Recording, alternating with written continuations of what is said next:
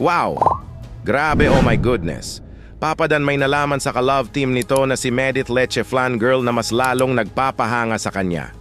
Bilib na bilib nga siya dito at napasabi pa siya na sa habang nakikilala daw niya ang isang Medith, nang paunti-unti ay mas napapabilib po daw siya dito at sabay sabi ng salitang, "Good job, Medith." Naku po, parang tinamaan ka na talaga Papa Dan sa isang Medith.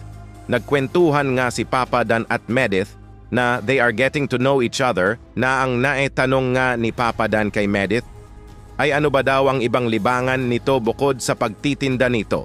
At dito nga niya nalaman na ang isang Medith pala ay nagmo-modeling na isa pala itong freelance model. Wow! Grabe!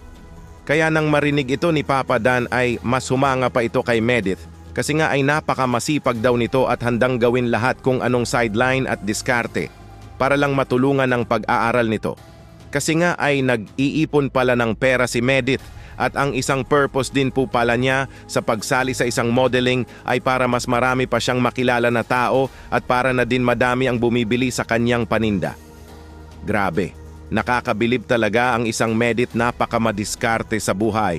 May video clip nga mga idol patungkol sa lahat ng ito, shoutout ko po muna ang mga leaders ng Kalingap na sina Kuya Val Santos Matubang, Ate Edna Vlogs at Idol Kalingap Rab.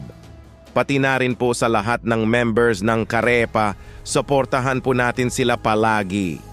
Ito na nga po mga idol ang video clip, panoorin nyo po. Ano ba mga libangan mo dito bukod sa pagtitinda? Madami din po kasi mahilig po ako sa sa pagmamodeling. Freelance model po ako dito sa Naga. Wow! Anong mga minomodel mo? Minsan po mga local mga clothing line po. So pinukuha ka nila? Yes po. Kamusta naman? Okay naman po. So sobrang kilala ka na pala talaga? Ay, hindi man po.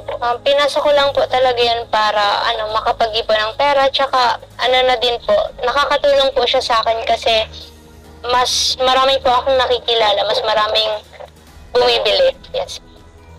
Galing mo naman, Medith. Talagang lahat ng sideline or diskarte ginagawa para katulong sa pag-aaral mo, sa parents mo din. Opo, kailangan po. May na akong makakilala ng katulad mo na talagang masipag, madiskarte para sa kinabukasan niya. Galing, kaya nakakabilib ka talaga. Thank you po. Lalo akong humahanga sa'yo, Medith. Thank you po. Habang nakikilala kita ng paunti-unti, bumibili po ako sa'yo. Thank you. Good job. Nakakabilib talaga ang isang Medith Leche Flan Girl. Madiskarte sa buhay. Napakamasipag, nagagawa po talaga siya ng paraan para kikita ng pera na makatulong sa pag-aaral nito. Kaya inspirasyon po talaga siya sa mga kabataang gustong makapag-aral na di hadlang ang kahirapan.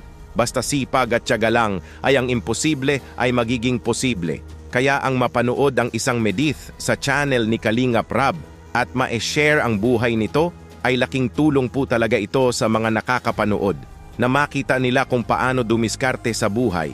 Kaya ang isang Papa Dan ay mas humanga kay Medith at mas abanggan pa po natin ang tambalan nila na paniguradong may madidiskubre na naman si Papa Dan kay Medith na mas magpapabilib sa kanya. Dadit are getting to know each other and every time they meet mas lalong lumalakas ang chemistry nila sa isa't isa. Ano po masasabi nyo mga idol sa reaction video natin ngayon? Mas napabilib po ba kayo kay Medith na grabe, napakamadiskarte sa buhay? Mag-comment lang po kayo, pag-usapan po natin yan sa comment section. Dito muna lang po tayo, Kuya Dambo nga po pala, mabuhay ang Team Kalingap. Hanggang sa muli, maraming salamat po.